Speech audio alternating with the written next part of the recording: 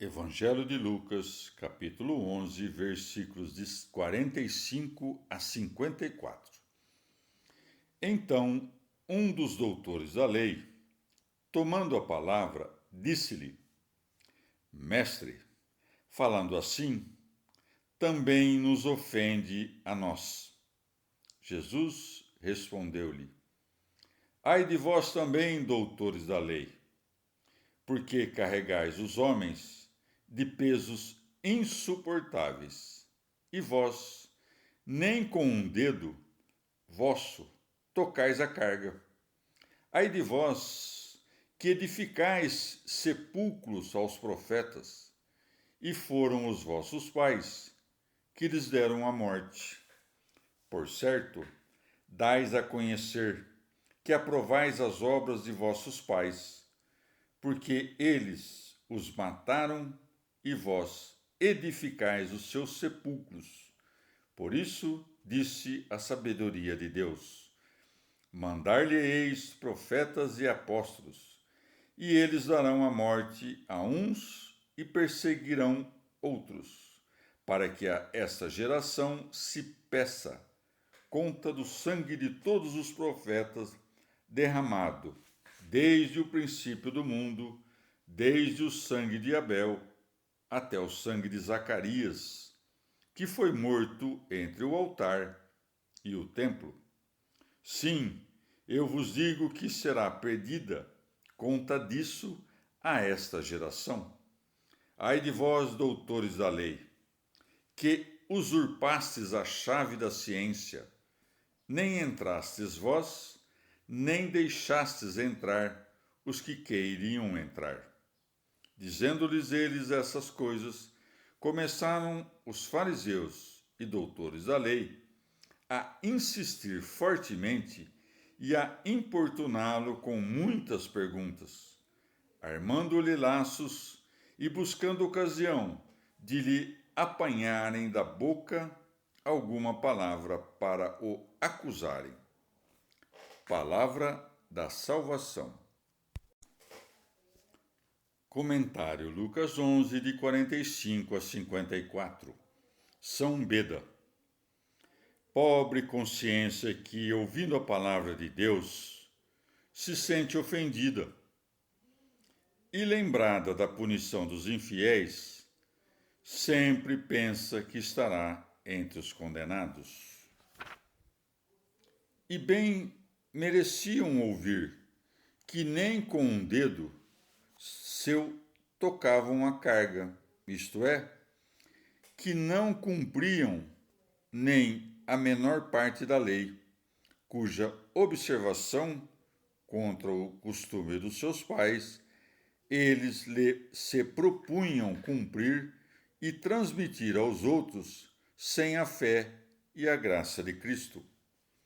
Os judeus, para granjear o favor do povo, fingiam ter horror à infidelidade de seus pais e, por isso, honravam magnificamente a memória dos profetas que eles haviam matado. Pela própria boca, porém, atestam quanto aprovam maldade paterna, pois no momento em que conhecem o Senhor, prenunciado pelos mesmos profetas, cumulam-no de injúrias, daí que se acrescente. Por isso, disse a sabedoria de Deus: Mandar-lhe-eis profetas e apóstolos, e eles darão a morte a uns e perseguirão outros.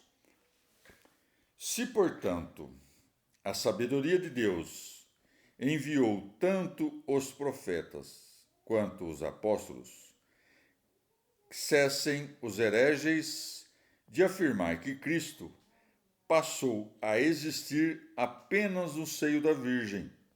Deixem de pregar que um é o Deus da lei e dos profetas e outro o do Novo Testamento.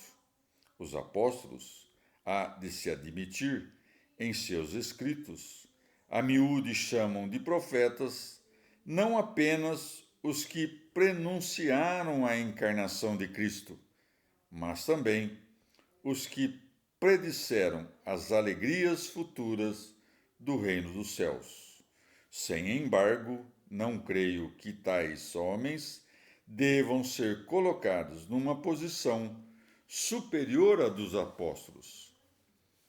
Pergunta-se como é possível que a conta do sangue de todos os profetas e justos seja pedida de uma só geração de judeus, tendo em vista que muitos santos, ou antes ou depois da encarnação, foram assassinados por outros povos.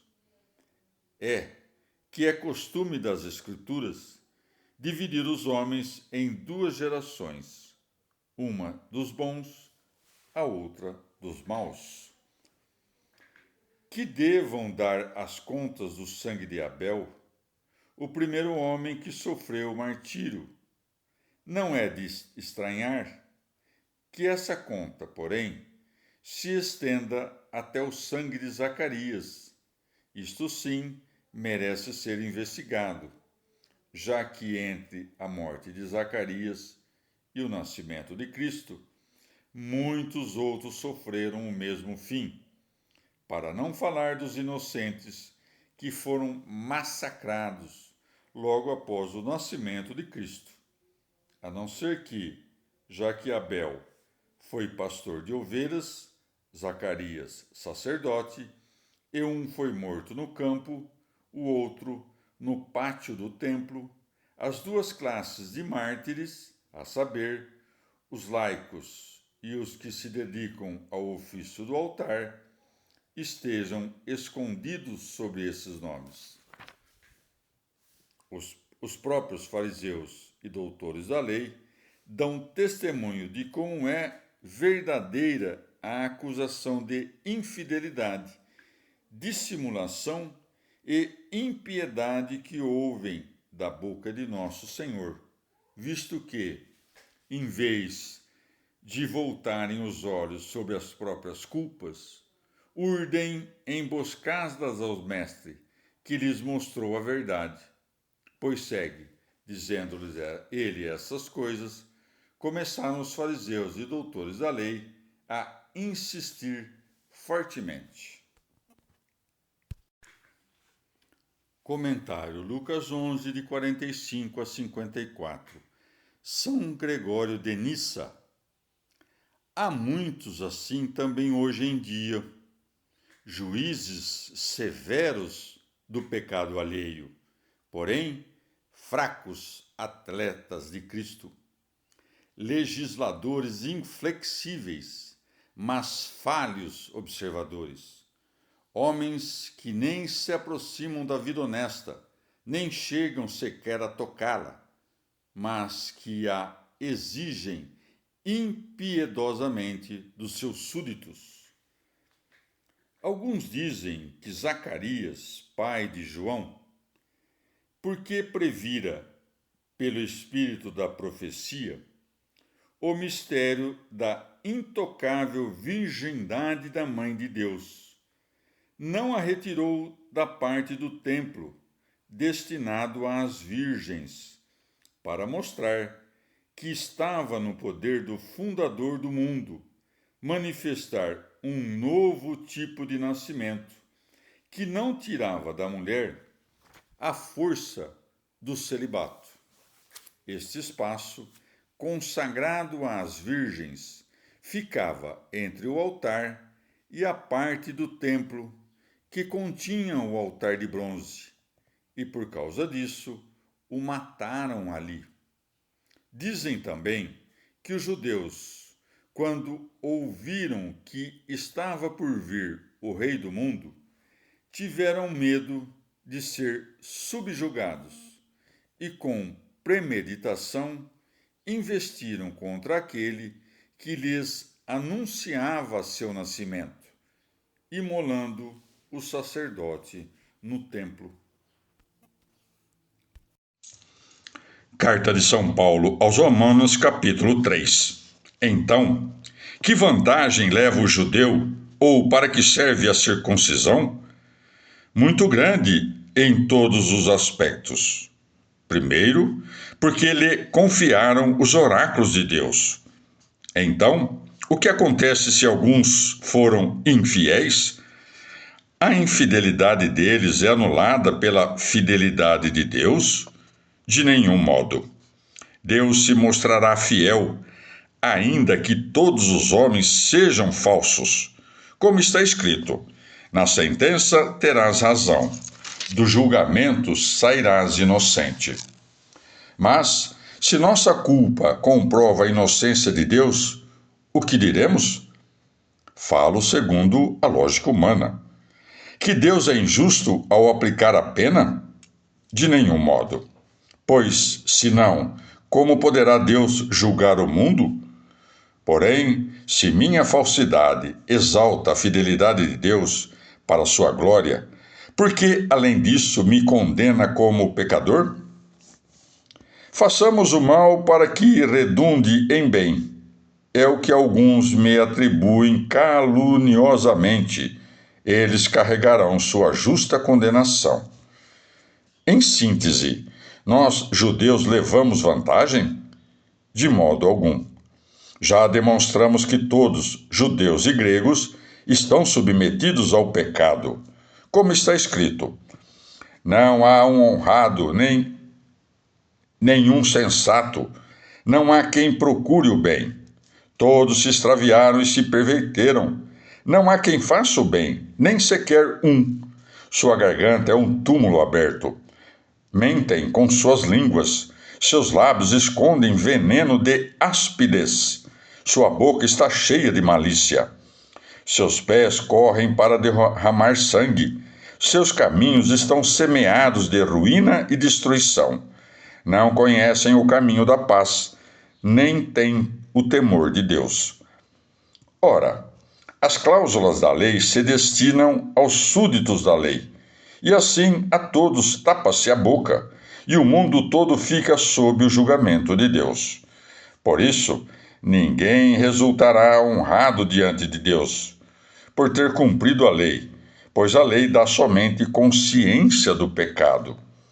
Contudo, agora, prescindindo da lei, apesar de testemunhada pela lei e pelos profetas, revela-se essa justiça de Deus que salva, pela fé em Jesus como Messias, válida sem distinção para todos os que creem. Todos pecaram e estão privados da presença de Deus, mas são absolvidos sem merecê-lo, generosamente, pelo resgate que Jesus Cristo entregou.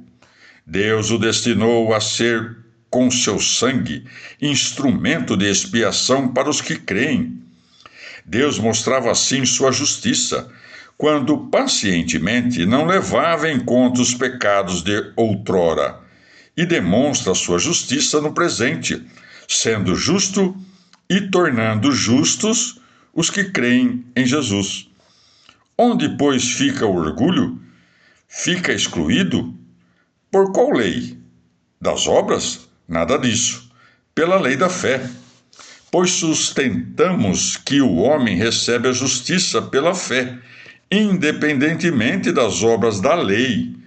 Deus o é somente dos judeus? Não o é também dos pagãos? Certo, também dos pagãos, já que Deus é único e concede a justiça aos circuncisos pela fé e aos incircuncisos pela fé. Significa isso que, com a fé, invalidamos a lei? De nenhum modo. Pelo contrário, a confirmamos. Palavra do Senhor. Salmo 130. Do profundo eu grito a ti, Senhor.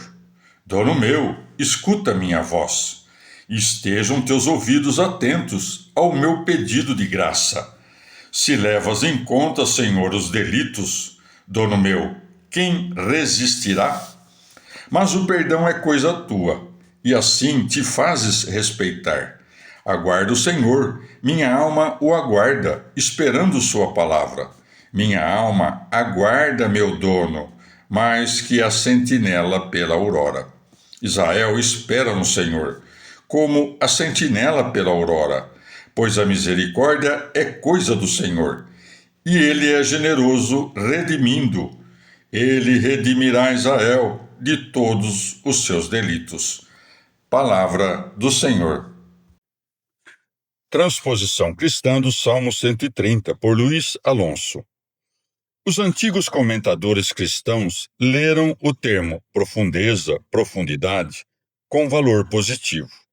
Assim colocam o salmo nos lábios de Cristo, Orígenes, dos mártires, Atanásio, de pessoas afligidas do fundo do coração, com um desejo ardente, Crisóstomo. Como Jonas do ventre do cetáceo, Agostinho, Gregório, Cassiodoro, opõem profundeza à falta de sinceridade, Teodoreto citando Isaías 29:13. Sem usar o símbolo da profundeza, Paulo descreve em página patética a condição pecadora do homem, Romanos 7. Por isso, dizia Lutero que esse salmo, junto com o 32 e o 141, são paulinos. É normal entre os antigos referir amanhã a ressurreição de Cristo. Agostinho, Gregório, por ela também é manhã o batismo, Gregório. Contando com um sumo sacerdote compassivo, Jesus, Filho de Deus, a carta aos Hebreus exorta: aproximemo-nos, portanto, confiadamente ao tribunal da graça para alcançar misericórdia e obter a graça de um auxílio oportuno. Hebreus 4,16. Tomando redenção no sentido de resgate, podem-se citar vários textos: Gálatas 3,13, 1 Timóteo 2,6, Tito 2,14, Apocalipse 5,9.